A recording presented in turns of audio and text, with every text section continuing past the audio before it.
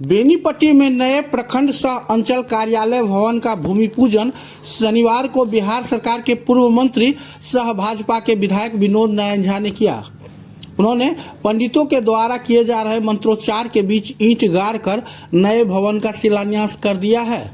इससे पूर्व उन्होंने विधिवत पूजा की।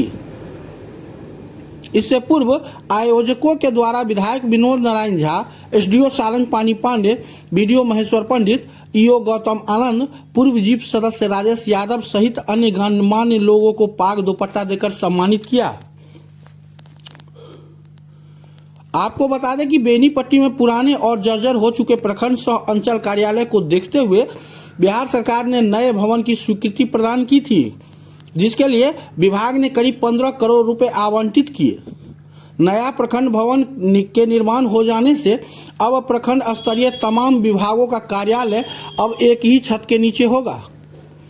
बीडीओ, सीओ, सीडीपीओ, प्रखंड आपूर्ति कार्यालय, कल्याण कार्यालय सहित तमाम विभागों का काम अब सहजतापूर्ण ढंग से होगा। पहले लोगों को इधर से उधर भटकना पड़ता था। आपको बता दें कि नया प्रखंड कार्यालय भवन भूकंपरोधी और फायर फाइटिंग से लैस होगा।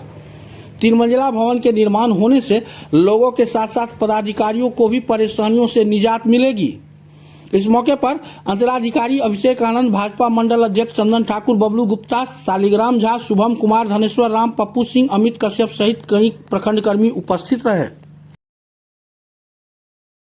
मेरे लिए अत्यंत प्रसन्नता का दिन है।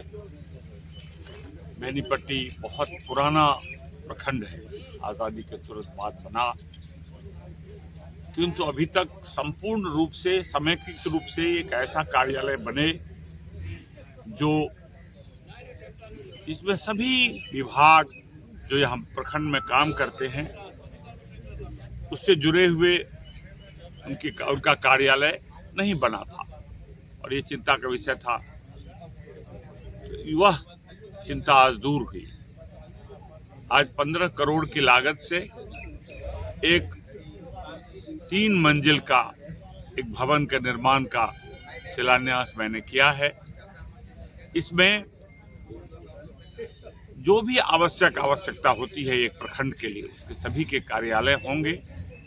साथ साथ उनको इस स्तर से बनाया गया है कि वो आधुनिक रूप में हो और जैसे माता बहनों के लिए अलग शौचालय, उनकी सारी व्यवस्था, उनको किसी तरह की कठिनाई न हो, आंगनबाड़ी सेविकाएं आएंगी, प्रमुख जी का और सबका कार्यालय उसमें होगा, तो सभी दृष्टियों से संपन्न ये एक अत्यंत आधुनिक कार्यालय का निर्माण होगा। बेनीपट्टी विकास की राह पर आगे बढ़ रहा है, अनेक काम होंगे, लेकिन आने वाले जो 5 साल का ये हमारा कार्यकाल है, इसमें विकसित बेनीपट्टी दिखाई दे, ये मेरा प्रयास है।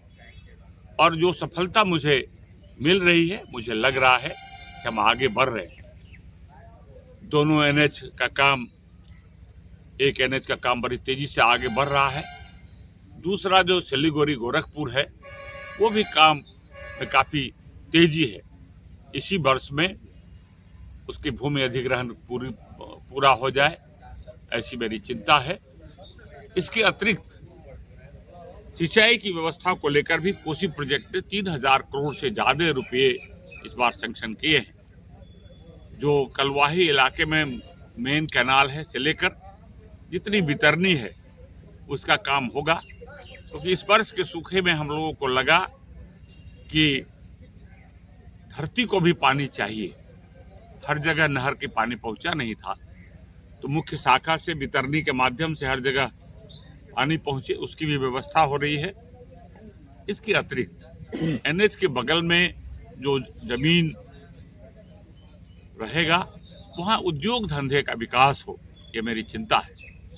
तो इन बातों को लेकर के मुझे लगता है कि ये अगला 5 वर्ष बेनीपट्टी के विकसित बेनीपट्टी बनने की दिशा में हम लोग आगे बढ़ रहे हैं और ये बनेगा। चलो आबादी आप सबको